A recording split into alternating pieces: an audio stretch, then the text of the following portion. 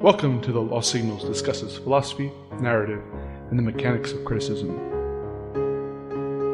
In this show, we analyze the greatest minds of narratology, both classic and current. Enjoy.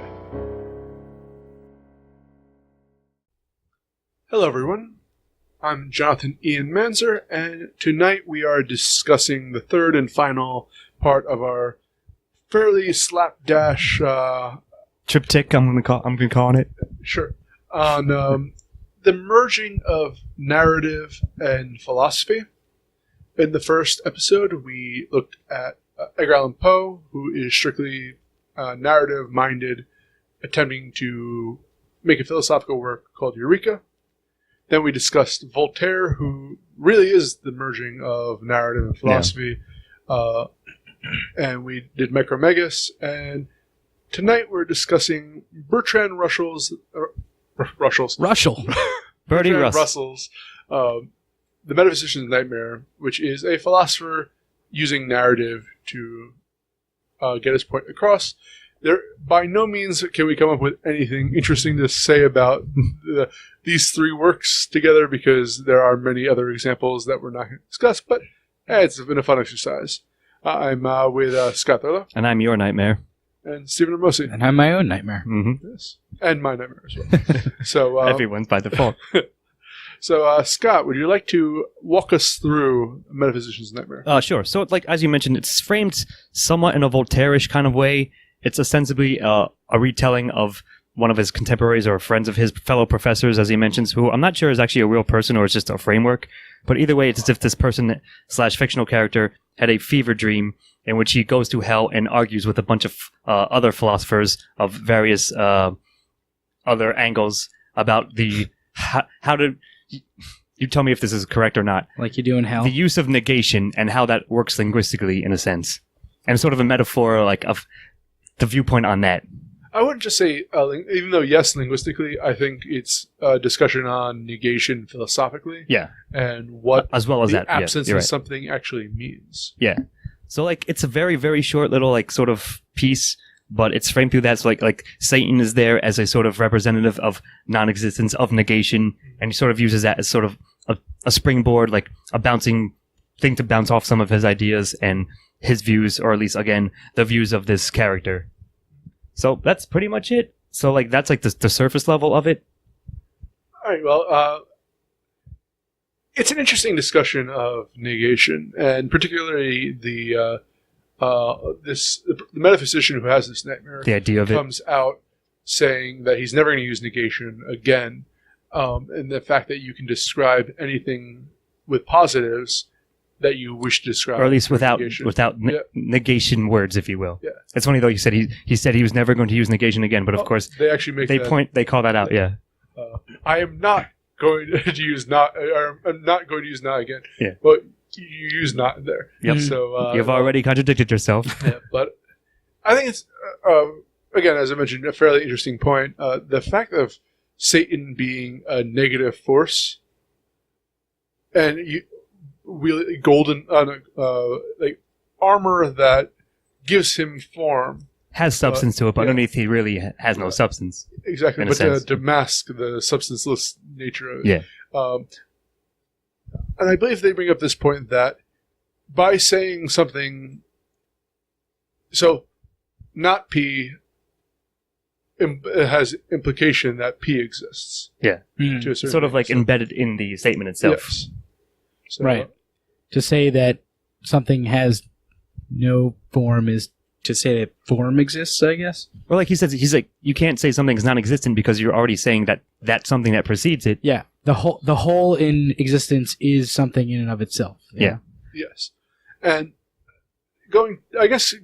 hopping to, or do any of you have an extra point you want to make about this? No, well, maybe I'll make it in a second because it does sort of relate broadly to what we just said, but I'll let you go first. Well, I was going to discuss the use of narrative. Okay. And that I feel... I read it. I thought it was neat. I wanted understand his logical processes more. And I want him to write a philosophical paper. And perhaps that... Don't worry, he did. Oh, yes. Many. But I guess as an introduction to this concept, but it leaves me with more questions than I feel anything is solved in this work. Yeah. But that might sort of be the intent, in a sense, I would say. I was going to say, I think that is probably the point, right? It's like, here, without having to go through one of my dry-ass papers, here's an introduction to like the concept that I am interested in right now and that I'm going to talk about. And like, I think it is a good like lead into a discussion on something of the same. I mean, we were just looking at the fact that he's done a bunch of these like nightmare problems, like the mathematician's nightmare, whatever, the physician's nightmare, I think, or whatever. I think this is a really fascinating one, is like the idea that the idea of struggling with whether nothing is something or not. Mm-hmm. And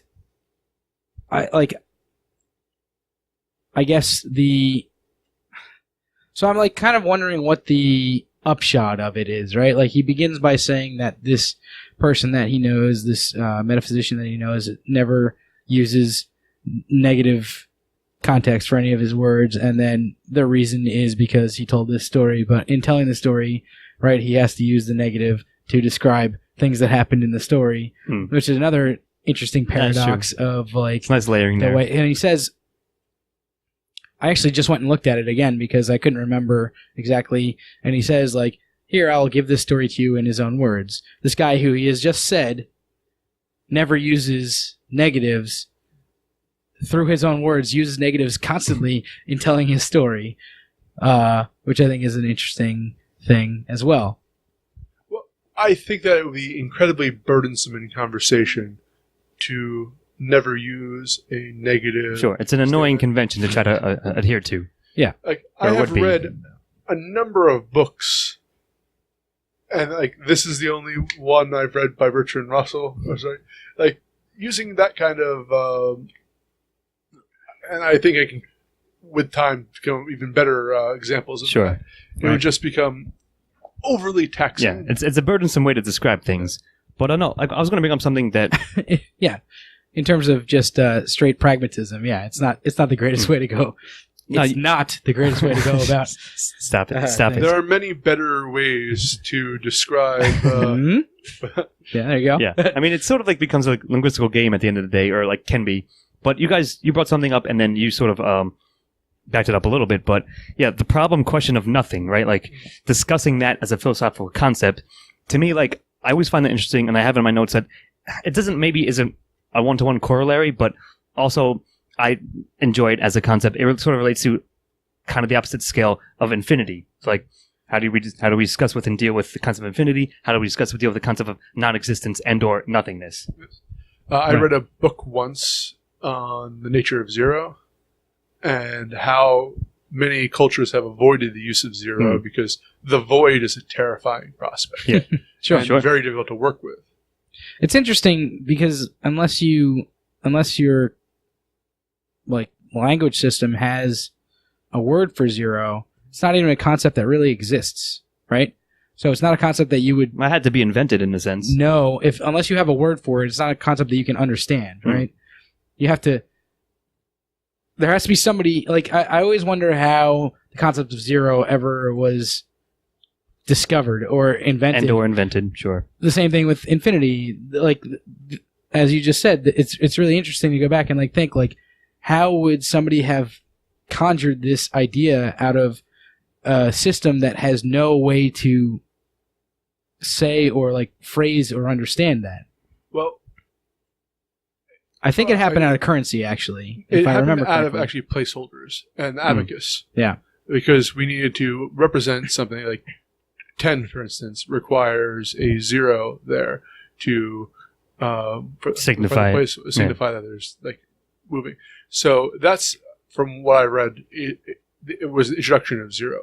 But like, the many cultures have developed like geometry without using zeros. That you move forward one, back one you don't move 0 steps, you move 2 steps. Yeah. Right. Like that kind of aspect. But this is going into other things that Bertrand Russell brought up there, which, and he had a different, like, while I think it's overall a defense of the negation and the 0 and the void, he does talk about how other philosophers Tackled it. or tackle it in an improper manner. And I again, I really wish he had, as a student of philosophy, I want to read more about, like, specifically some rebuttals to their points of view, because mostly I'm taken up by the negative aspect of Satan, which is what stays in my mind over this work. Of course. While I was reading this, I was imagining the depictions of Satan in a bunch of, like, movies and wondering what it would be like if he was just a void instead. Save you a lot of budget, just some negative space. I think I've been watching, like, Preacher, and I was like, it'd be so cool if the Satan character in Preacher is just a void. But anyway, no. So, like, that's off topic. I wanted to, since you mentioned, like, this is not somewhat, like, more of a narrative, and like, it's almost like a primer. Like, again, it's very short, very brief. You can get through it. But I do like I always enjoy this aspect of any philosophy, just because I am who I am, and when I notice it, like, it's almost like when they take barbs that other, like, schools or thoughts of philosophy they're not quite aligned with, or in fact in direct opposition to, or, like, even make little jokes. So for example, in this one, he's saying how it's almost like a Dante-ish thing where there's levels of hell, and different kinds of philosophers are in each different, like, their own personal one. So one that I thought was really funny was the those who study probabilities and probabilistics endlessly shuffle cards, but they always come out in the exact perfect order. Yeah. Like, that was a nice little thing. I just wanted to throw it out there. I don't know where else to mention it. Actually, it's really good because I forgot about that whole part. But his discussion of probabilities are... He does it with a couple of things. Like, a lot of... like a Bayesian theory with... and Boltzmann's brain type thing, where theoretically all the oxygen in this room and all of the air could go to that corner. Just randomly. Probabilistically, it's allowed. Yeah. It's just unlikely. And that's what he's talking about, where all of the allowable but unlikely events occur all the time. Yes. As if they were the normal. Yeah. Until they become the normal, and then they switch. Yeah. Well, that's hell for scientists, of course. Yeah. I thought that was really funny. Again, like, a nice little thing to include, like, as this sort of fever dream tour of philosophical hell happens, like, that's one of the things that he mentions. But I guess, like, so let's talk about negation, right, guys? That's what we're here for. How about let's not talk about it? Go on. Let's talk about things that are surrounding negation. I'm trying to, like, phrase it, which I don't use the... Yes. What... So, like, clearly there's no evident negative space in that we can see or perceive in any way. They're working on it. But there is, like, dark matter and dark energy, and so I still don't know how to wrap my head around that type of stuff. Well, here's the thing. But like, would you call that, like, negation of space, like that negation of physical space, that type of thing? Well, let me answer a bit, because I like to think of myself as sort of amateur physicist in this sense. So, like, I'm interested in that, like, angle of, like, that unexplored top areas of physics. So, if you're willing, I want to get nitpicky again as far as my, admittedly, like, amateur knowledge goes. It's that if you're going to call something negative space, it can't be dark matter. Dark matter is just a different type of matter that we haven't. Sure, but it doesn't interact with the matter that we interact with. But it still has. Isn't that what negative space is? Not quite. Dark energy might be negative space. Right. Because it's like matter implies, like, if you will, matter. Like, I don't know how to describe it. It's sort of our tautology. Whereas negative space might be like the energy of space itself counteracting gravity to an extent. Sure. That's the best way I can answer you. So the best way I can answer you is by bringing up Flatland, which I think, if you have never read Flatland, audience, I completely recommend it. I think it's one of the best kind of philosophical and mathematical works out there. But I'm also going to bring up Wittgenstein because I want to. Can't help yourself. So in Flatland, it's a two-dimensional world, and one of the characters has an interaction with a three-dimensional creature. And we cannot conceptualize what exists outside of our logical space. That's Yeah. thing. But once we do, it becomes part of logical space. Is we can conceptualize it, and then all of a sudden it becomes like a priority. The thing is, what is not space? We've never experienced not space. We can come close to perhaps it, but until It's difficult to, encounter it, it's illogical. Right. But And that's so where, I mean, I guess that's kind of what I'm saying is like encountering a two-dimensional creature, encountering a three-dimensional creature is not what this story is talking about. Really, it is an encountering of something that you're not able to perceive exactly. correctly. well, it's like us attempting to encounter a four-dimensional creature. Right. We cannot even. We can You can see a play slice of around it with it. But yeah, theoretically. but once we were able to, like, it To makes grasp sense it, to yeah. us. Just as I think that space is, we consider that a tautology now. That it exists, there is no such thing as not space. Right. But until we encounter it, Yeah. theoretically, Yeah. then it would all of a sudden become part of our logical world. That's just my That's argument. well said. It's better than the answer I had, but I get what you're saying. I think that makes sense. Like, at least that's sort of the idea he's playing around with and getting at, it seems to me. There's some negative space for It you. was incredibly loud. But anyway. Sorry. But no, like, going back to what you just said, yeah, that's a pretty good, like, description of the situation, I would say. So if that helps you somewhat conceptualize it, Sivo, or, like, answers your broad question. Yeah, in a I mean, broad way. now I just see it as like a black void, right? Like in my head, I don't know if that's what you guys conceptualize the this as. problem right, is, like, as how well. else to conceptualize it? Knowing, But even you know, blackness is a conceptualization Right. of space, right? Yes, exactly. It's going to be something completely outside of our entire color palette, outside of like the things that we can really understand. So it's almost impossible to conceptualize unless we were to see it. Right, I would say. as you just said, at this Blackness point. is the absence of the light, light. photons. Sure. So, But it yes, means that could be. something's there. Like blackness means that something is there, Mm. either soaking up light or blocking light. Yeah. Right. So, In physical theory, yes. like, actually, I think that they say that in there, that around Satan is They do. Basically a wall of like matter, particles, Sort of a that will repulsive block field yes. yeah. And thus that's how Bertrand Russell conceptualizes the negation to be able to exist. Hmm. And again, that's an interesting point to make. And I think, again, that the only way in our minds we can, or maybe not the only way, but the way he came up with how negative space could exist. And how to conceptualize A it. wall of, a repulsor wall. Yeah. Right. No, yeah. So, like, again, I don't know if I have much more to say because, like we said, this is a brief work, but I thought it was a nice, good primer read and, like, introduces you to that concept. At least get you thinking about it. And he Okay. tries to give you, like, some sort of, like you said, possible framework / in quotes visualization of what non-existence or, like, negative space, not no space as you sort of coined it, like, may be, and how we can think about it even if it's something we clearly don't encounter or have a true connection to in reality. Now, here's another question: is he framing non-existence as evil by using Satan as the characterization of it? Non-existence has often been characterized by As such. evil throughout, like, history. I would agree, but I'd be surprised if someone like Bertrand Russell actually felt that way. But maybe he did. Maybe he did. I mean, he did. He I actually don't was know the answer alive to that. during like times of great evil, right? Like he was around during World War I and II.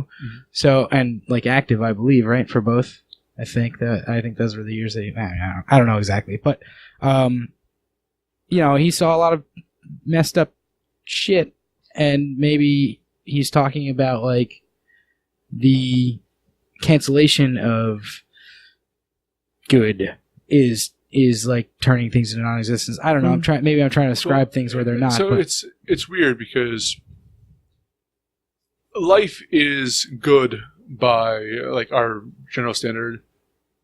Non-existence of life is bad. It's the unknown is something we fear. Mhm. And I think that the application of what if life is a emergent property of space in a way, and that if space didn't exist, it's counteractive of what we consider good. Yeah, one can't have one without the other. Although I'm speaking on what I assume he's talking about versus anything I know about. We're somewhat putting words perhaps in his dead right, mouth. but I think that there needs to be some reading into this. It's clearly like some kind of like he's trying to say something, you know, and he's trying to put forth his own philosophy in terms of this. And it could be that it's whether or not he subscribed to it. It's a recognizable concept / figure that people can easily he can insert into this narrative, and then people will grasp it easier than if he chosen some other possible metaphor for it.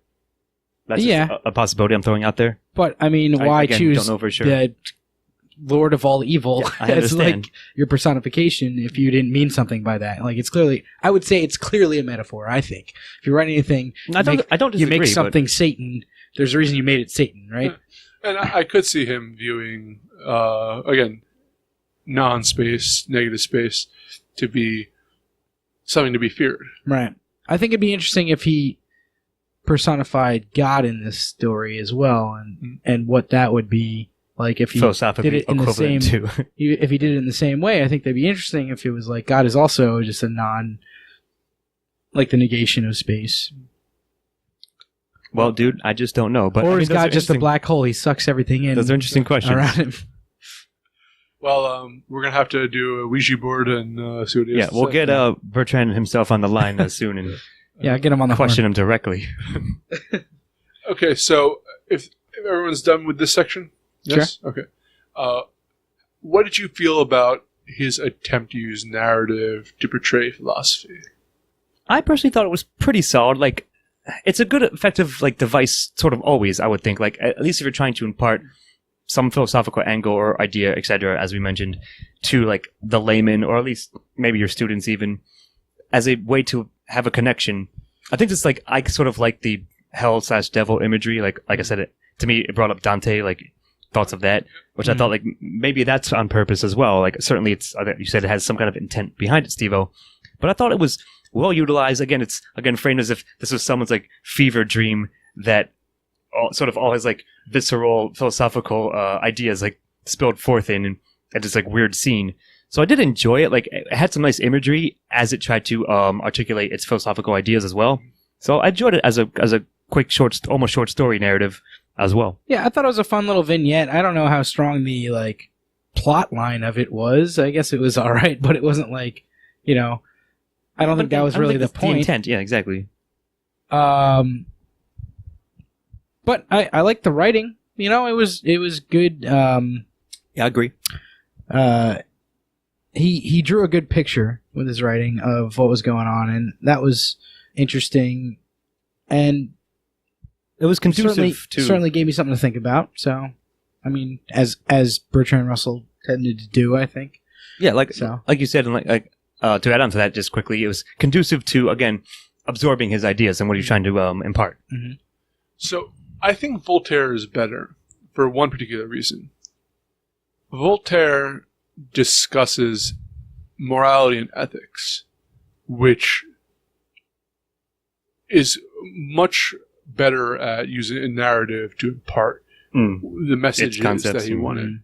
Where Bertrand Russell is obviously going with metaphysics here and like logic and which is tough concept to impart in the traditional philosophical concept, let alone in a narrative. Sort of build into a narrative. Yeah, I would agree. I think he did a good job, but I think that again, just by the schools which they studied in, and they're, I think Voltaire has the upper hand here. Yeah, largely, like you said, like the nature of their material perhaps like lent itself, in Voltaire's case, a bit more easily to sort of building a narrative around it or building it into a narrative. But like you said, like this one is fine. It's just I would agree, like if we're choosing like which one was better in a sense, or at least more coherent. Although that seems like not quite the word I want either, but more accessible perhaps is what I want to say. Yeah. I mean, I mostly agree, but I think that they were trying to do fairly different things. I mean, like I say, with this one, it was the shortest of the three by far. Micromegas being second, and Eureka being the longest. Being easily the longest. I think it was like 80 pages or something. But none of them, they were all talking about their own proto-philosophies, I guess. However, they all have their own ideas, and they're all quite different from one another. So I don't know if I would compare them in that way necessarily. I would say Voltaire's was probably a more compelling read, I guess, but that was like I don't even know if that's true. I could have read a lot more of this. I wish that it had been expanded. Yeah, as you guys said, yeah. If it was longer, maybe it would be on par, like he would have to talk about morality and ethics, I think, if he expanded this out and kind of go into what the things that we've talked about that we wish were there, But we have to come up with some kind of unifying theme to justify our existence. As always, of course. Negative space. Yeah, lest we come into non-existence. Sure. Course. So that's my thesis, because I think that Poe's Eureka was a valiant attempt, but obviously he didn't have the proper... The philosophical chops. So I don't know. I feel like you're going on the three berries theory. Like, Eureka is too long. The Metaphysician's Nightmare is too short. Micromegas just right. Yes. Thesis complete. Proven. Lock it up. There you go. All right. You guys have any final thoughts? No, I would say, like, if you get a chance, this is a nice, again, quick, brief thing, but it's well done in the end, and as you said, at least it made us want to check out a bit more of Russell, because even though we're familiar with him as a figure, not as familiar with his actual writings and so forth. Yeah. But it's a good little primer, like I said. You know what? Maybe for next time I'll find something heftier by Russell for us to do. We'll follow up with some Russell shit for sure. All right. Let's get deep into logic. Sounds good. Well, yeah, we're going to do Principles of Mathematica. Yeah. Oh, God. See, now that I've heard of that, but we'll negate non-existence itself. Yes. Yeah. Next time. All right, well, I'm Jonathan Ian Manzer, here with Scott Thurlow. And I am your Dark Lord. And Satan. Damn it. You took my fucking joke, and I was trying to jump in too fast. Now try to negate me, motherfucker. Go on. Play me out. I'm going to think of something else. Okay. And Stephen Ormosi? Again. All right, bye. See you next time. Thank you for listening to The Lost Signals Discusses Philosophy, Narrative, and the Mechanics of Criticism. Editing and engineering by Jonathan Ian Manzer. Music by Christopher Morgan. Check us out on YouTube and iTunes for the shows, and on Facebook and Twitter for updates.